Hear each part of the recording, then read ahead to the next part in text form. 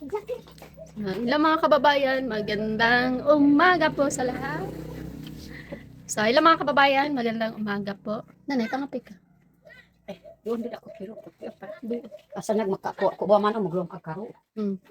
So, ayan mga kababayan, magandang umaga po. Alis ka na? Bye-bye. Alis ka na?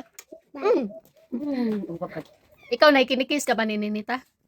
case man pud sinilitas ako man. Umukis ya, mula ka umiskwila. Abi pud sila kanang mag-list ko sa ako. So, ayan mga kababayan, no, katatapos ko lang po mag-asikaso dito para sa almusal po sa mga bata. So, ayun, nagluto po ako ng malunggay at saka itlog sa sinabawan ko, yun. Gustong-gusto ng mga bata. Angay kapat kapirutok to eh. So, yun, si nanay, maaga din po siya dito mga kababayan dahil dito siya naligo sa amin. Tapos, mamaya po ay pupuntahan po namin si Ninita. So, yun. Sabi kasi ni Nanay Lorna na iniwan daw po si Ninita doon sa kapon, doon po sa tinitirahan nila doon sa banghouse, iniwan daw po ni Jory. So, tapos tinawagan ko po si Nits kagabi. So, ayun, sabi ni Ninita, pinapapunta niya kami. Tapos, namimiss na din daw niya si Nanay Lorna. So, hindi ko alam mga kababayan kung sasama mamaya si Ninita sa amin. So, kumusta na yung anong balita kay Nits? Dapat pud akong nakuan pud kung unsay balita pud ma'am. Wa ako gyud nakakuan kay naa may pasyente nako pud ma'am. Okay. Sa gikan sa kuan sa Bukidnon. Nga naman, Nag-receive gyud na magtinawa pud ma'am. nagsakit? O nasakit ka ng mga pulo na pud ang kuan. Agian pud nila kanang gipatambal pud sa iyang sakit di man gyud maarang-arang ang iyang kuan. Unsay sakit niya nay? Anong sakit? Maglisod gyud magdinawa. Hangap gyud kaayo. Na ang iyang tiyan murag magdako pud ang tiyan. Bakit hindi pinunta sa ospital? Wa gyud nag-ato pud ma'am kay kanang gusto daw na kana lang sa Manambalay? Manambalay lang iyang gusto. Kay wa may pud ang kwarta pud nila. Mao gyud na dito naggikan sa Bukidnon nagpatambal des kison ato ang giagian pud dito. Yung nila na, yung pamasahe nila papunta dito, kung doon pa sila sa ospital, yung alam mo yung malaki yung tiyan niya, baka merong doon, may sakit siya sa kidney, ba? Kay mulubo man yan tiyan. Gani mao gyud na na may kuan mao gyud wa nag-advise doktor kay naay mag dagan-dagan pud diri sa iyang tiyan. Basig kuan to, basig kuan ba? gi-ulcer guro to. Oh. Dili man pud man. Nya, kumusta naman siya ron? Kumusta na siya? Murag mag medyo na pud ma'am kay kuan na duha na kasi man dili makakaon. Bisag tubig mo inom sa tubig masuka pud nila. Ang tubig. Nakaron kay ako ang gisaywan pud na lugaw. Nakakaon gud ako kuan. Lugaw. Nakakain na siya ng lugaw. Arang-arang na gyud. Na di makatugong dito sa kuan gid patambal pud siya dili gyud maatras ang iyang sakit. Pero karon salamat gyud sa Ginoo ma'am. Kay nakakaunag lugaw sayo na ngayon nagkanon na di na gyud makakuan. Di na masuka yang gikaon pud niya lugaw. So, yun mga kababayan, nagkakape po si Nanay Lorna, bagong ligo yan. Salamat pud ma'am. Wala pang suklay. Kalipay ko gid ma'am na maadto ta pud kami dito. Kay bisag na akong pasyente, ako ang giingnan niya na ayaw lang mabalaka. Kay moadto ko pas akong anak. So, ayun mga kababayan, nagmukha na kami mga aswang ni Nanay. Ako wala pa akong suklay. Murag kalabira. Murag ka nagwakwak. Dili man kalabira na wakwak. Di man ta kalansay, di ta kalabira. So, yun mga kababayan, pupunta po kami ngayon sa banghouse ni Ninita at Jory dahil hindi pa umuwi si Jory daw gapon na. Hindi Ambot pa. lang kung basi kung uli na pud kay nasuko man iyang iyaan gusto daw na ingon siya kung muglalis mo ang kuan ayaw gyud mo kuan, Dili pwede maglayas. dili pwede mo layas diya lang ka Mm. mao gyud nasuko ang iyang iyaan kay layo man pud ang iyang mama sa Kalagangan. Ingon man pud sa ako na ako ang ganig paulion didto kung dili mo uli ako ang puspusan ba bag-o pa gyud na pamilya ngano man magubot na. Basi kuan ra pud nila kanang sa ilahan ng kuan na di. Kung kuan di lang ta mag-apil-apil kanang istoryahon lang nato. Ayaw gasabi. Di ta mag-apil-apil kay ilaha man ang binuhatan. So, dapat hindi tayo sasali sa mga away nila kasi ano naman sila, mag-asawa. So, dapat ikaw, kung ano man yung, kung sininita yung mali, sininita yung pagsabihan mo. Tapos, dahan-dahan lang yung, wala lang kang nagtudlo sa bata nga nag-eskwela, anak. Turuan mo yung anak mo kung paano siya, paano ba yung may pamilya, ganon. Kaya yun. Ngayon na, pupuntahan natin si Nitz. Tapos, tumawag pala siya, magpadala siya ng bihisan niya. Kato daw yung pantalon nga maong ipadala niya. Tapos yung bag din daw niya na pink. Andun pa ba? Yung bag. Kanang dako nga bag. Hindi ko alam. Basta pink daw. Dili kanang itong amay imo dito. Pink. Kanang pink ang color. Saan ba yung pink? Yung parang yung aninay. Pink siya. Ganyan. Yan. Oh. Yung kay color. Kuya si Ganyan. kadakor yan. Ah. Kanang palit lang ni biyahero sa Manila. Baka aalis na siya doon. Bakit pinadala niya yung bag niya? Ipapadala niya. Pati yung... Tapos magpadala siya ng bihisan daw niya. Na may kuan po sa yang bana. Na. Mag-istorya man si Ikinaw. Kanang ato po sa katabakan mamista. Mamista sila? Kay siya man nagdala kuan ka karon murag na ilakaw po nila. Po siya. Mga hapon na siguro. Kay mo ato man dito sa katabakan kay si Duri nagdala sa magbasketball po kay ugma antena po dito sa katabakan. Ang layo niyo mo. Layo kayo. Naamay ang maguwang dito sa katabakan. Kung sasama si Nitz doon, makaano kaya siya doon? Mauban man po siya. Si Juanita, sugat po si Juanita. Asa mo? Ato po si Juanita dito? Mauban? Magkuan man po na nawag man akong iyuan. Pagtun si Juanita kay patabangon po sa pag-ani sumay na rice. So, yun mga kababayan, magkakape po tayo. So, tapos ikuan na lang unya, ditoan na lang istoryahon unya nay kung unsa may mga plano nila. Ato ang kuan istoryaan kay manuman nag-away layas po si kuan Chris, Jury. Duri. Duri. Ayan, si Arlene dyan mga kababayan, naalis na po siya. Bye-bye. Anong gusto mo? Baon? Hindi naman siya nagbabaon. So, si Arlene dyan, manggod kaya dili siya magbaon pag busog. Mukpiyamos na amo. Ko ba mo ko imatulog maon ko on to 20. Hindi ko alam na kasi ganyan talaga siya mas magastos si Kubay. Si Kubay naman yung baon niya ngayon is 30. Ang 15 ra may gastuson niya tapos ginatigom niya ang 15. Tapos si Arlene Joy, kapag nakakain na siya dito sa bahay, hindi na yan magbabaon tubig. So yun, kaya hindi talaga ako sa mga anak ko sa mga gastusin. So yung inaalala ko lang mga kababayan yung pagpapaaral ko yung nila, yung pambayad sa paaralan, mga project ganun. Kaya kapag merong gustong salihan yung anak ko, so yun, pinupush ko po talaga, sinusuportahan ko kasi wala akong problema sa mga baon nila, ganun. Kasi minsan, si Kubay kapag may bayarin sa paaralan, so si Kubay na po mismo yung magbabayad doon. Kasi meron siyang iniipon eh. Tapos yun, maraming salamat po talaga sa kay Ate Maria na nagpaaral po kay Kubay. Tapos napakalaking tulong po yun para sa kanya at saka syempre para sa ate niya kasi nalilibre po na bayarin yung ate niya. Kaya yun. Tapos, umala ka pa nga Pinay?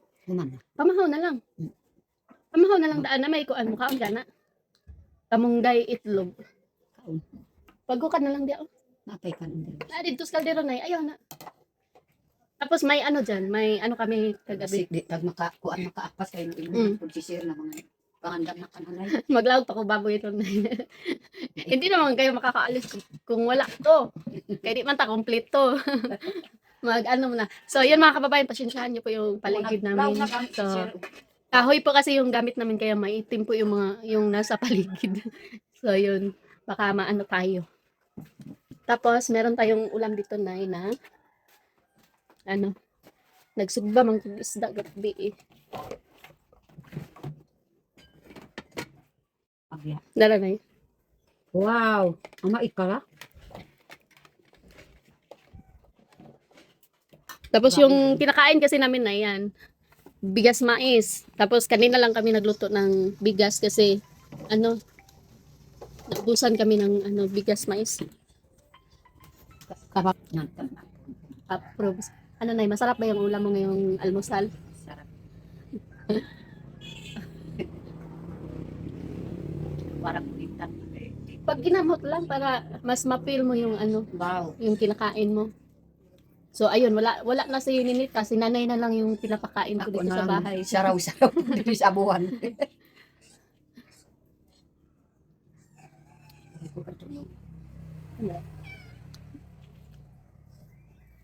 Bungkag ay mong kanunay para dili mainit. Se.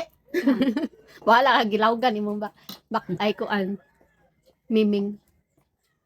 Beng imong ireng.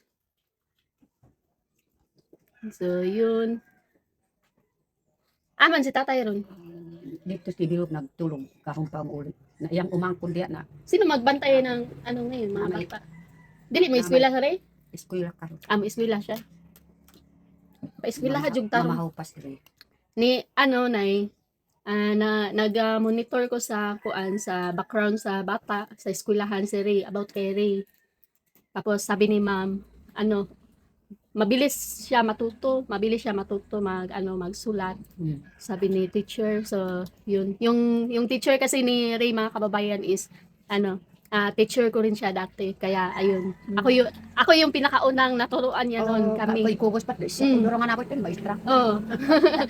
Tapos habang nag-uusap kami mga kababayan, sabi ng teacher, yung guro ko dati, sabi niya sa akin, ako daw noon nung bata pa ako ako pa yung tinuturuan niya, napakagaling ko daw sa ano yung nandun sa larawan ng mga alphabet na ano larawan yung halimbawa yung ano A is apple, ganun. Kabisado ko lahat yun hanggang sa Z, ganun. Sabi ni ma'am, ang galing mo. Tinatanong niya ako kung ano, kabisado ko pa ngayon. Sabi ko, hindi na. Hindi ko na nga alam.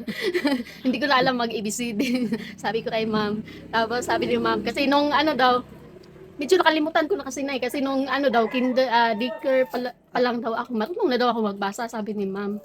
Kaya yun, sabi ng teacher, baka daw nagmana si ano sa akin, yung mga anak ko, sabi niya kasi mabilis daw ako makapag-catch up ng ano, ng tinuturo nila. So hindi ko na maalala kasi nung nung pag high school ko na, naging bobo na ako. Kasi nung pag high school ko kasi noon mga kababayan, grabe talaga yung mga trials na dumating sa buhay ko yun. Minsan ako pa yung nagdidiskarte para pambaon ko kasi nandoon pa po nasa Malabog pa po kasi yung paaralan namin noon. High school kami, hindi katulad ngayon na hanggang grade 10 na po yung dito sa Malamboon. Kasi dati hanggang grade 6 lang po talaga dito. Kaya yun, kapag mahirap po talaga noon, kapag mahirap ka po talaga noon, mas lalo kang nahihirapan kapag nag-high school ka na. So yun, nung elementary pa lang ako, hirap na po ako makapag-survive para makapagtapos ako ng grade 6. So, Grabe. mas lalo na nung pag high school ko, kaya ayun, pagdating ko ng high school, so, yun, minsan, yung baon ko na alam mo, 20 pesos lang sa isa kasi mana. Ninita dakop mo. 20 pesos lang na Ninita 50 pesos. Grabe yun. 20 pesos, isa ra na kasi mana na Maayo gid kay ka gid magasto ba. Dili kay wala man jud ko'y kwarta. Tapos ang importante makabili lang ako ng shampoo ganon. Yun. Kaya yun pag dating ko doon sa Malabog nag boarding house kami noon. Tapos tag 100 lang po mga kababayan yung arkila ng isang room. Per head po yun, 100 pesos. Pero hirap na hirap pa po kami maghanap ng pera noon. Kahit 100 lang. So yun yung pinakamahirap. Tapos nung nung lumipat na ako ng boarding house, tag 50 yung isang buwan. Maayo gan kay tag 150. Tag 50, 50. Oo. Kada bulan sa boarding house. 300 ang duha ka buwan. Dili, ang isa ka bulan gay 50 pesos. Pero maglisod pa kog bayad anak na Kay labi na wa na pud imong papa, namatay na. Tapos pag umuwi po ako dito, syempre wala akong pambaon. Mag-ano pa ako niyan nay, mangha pa kog saging. Tapos lukduhon pala ko padulong dito sa doon sa Balugo nay. Di ba ang layo noon? Layo man ang balo. Dito aman may mamaligyag saging sa una. Kanang mutungas gyud basta mauli na. Tapos kapag yung Kalayo gyud ang kuan ba? Balo. yung yung madala kong saging is 20 kilos. So tagdos lang po yung kilo. So meron akong baon 40 pesos, so makakabili na po ako ng bigas niyan. So sa isang linggo, alam mo na magkano yung bigas ko noon, budget? Lang, 1 kilo lang. Yun, minsan naglulugaw lang kami, kaya ayun. Di Sa- na ko gidagwan ta kay sige kung kaon dako. Dili man nay makaagwanta man ka basta mag tiisin mo na. Oh. Resulta gyud ang Kaya pagdating namin doon, minsan nag-extra ako mag-igib ng tubig doon sa mga doon sa mga kapitbahay doon sa pinag boarding house namin. So nag-iigib ako ng tubig. So ayan, ang dami kong extra. Minsan nangangahoy kami doon, ganun para makapag-aral lang po. So pagdating ko ng second year high school, so natapos ko po yung second year mga kababayan, tapos lumipat na po ako doon sa bayan, sa Panabo, nag-working student ako kasi wala na talagang mai-provide yung mama ko kasi meron siyang inalagaan ng mga apo. Katulad din po siya ni Nanay Lorna. Ako gani So kaya yun, sakit na po kahit- din oxidate kung kaya yun yung sitwasyon ni mama, nakikita ko po kay Nanay Lorna kaya hindi ko rin maano si Nanay. Hindi ko siya ma-blame ganun. Kasi si mama ko ganyan yung pinagdaanan kay Nanay Lorna noon. So naawa ko kay Nanay. Tapos yun, nag-aral na po ako doon sa Davao. So hanggang sa ako, ganon. So ang dami kong pinagdaanan hanggang sa ngayon. Meron pa rin pong pinagdadaanan. Hayo kay bright ka pud ma'am kamao kag Tagalog. Ako gyud bisan pag eskwela ko pananglitan di ko gyud kamao Tagalog. Kabalo man ka anak nay. Tuduan ta ka. Dapat magtagalog ta kapag mag-usap tayo. Mura pud kay sininita. Wala ka, wala pa. So ako di sa akong mahaw nay kay kuan kunya na ko. Malapit na matapos si Nanay habang nag-uusap kami. Baka ubos na doon na sa kaldero na gilipat-lipat lang kunin mo. Baka inubos mo na. Basig mo hilak ko niya. Maubos ka nga ka. Tapos yun mga kababayan, ngayon pupuntahan na po namin si Ninita pagkatapos ko po asikaso, magpakain ng baboy. So yun, namin kausapin namin si Nis at saka si Jory. So yun, Nanay, wag mo lang pagalitan kung ano man yung doon, yung ano man yung madadatnan natin doon. Ayaw gasabi. Ay ilaha man ang tinuyuan. Oh, siya man ang tinuyuan. Ay kagustuhan man na nila. Kagustuhan ko dinilita pag ati man nagyud sa maayo, bisag sumbagong ka ati man nagyud sa maayo. Kay imo man gi kuan. Kana man Imuha man ang pinili. Kana man pud ang pili ni Ninita bisan pagbunugon. Diya lang kas atubangan pud ni Duri. Duri. Ayaw gid mo adto dito sa lain na lugar. Ayaw pud mo adto sa ako kay mo bunal ko pud. So, ayan mo na mga kababayan. Hanggang dito muna yung video namin ni Nanay Lorna for today's video. Good morning. Hanggang dito muna yung vlog namin. Nasakat ako. Maraming salamat po sa pag-support sa vlog ni Nanay Lorna. So, supportahan natin mga kababayan. No? So, napakalaking tulong po yan para kay Nanay Lorna. Tapos, wala mo ng vlog si Mitch kasi hindi pa siya nag-send. So, sana mamaya ay may makuha tayong video doon. Tapos, yan. Maraming salamat po. God bless po sa inyo lahat dyan. At mag-ingat kayo palagi. Bye-bye. Bye. I love you. I love you. I love you too.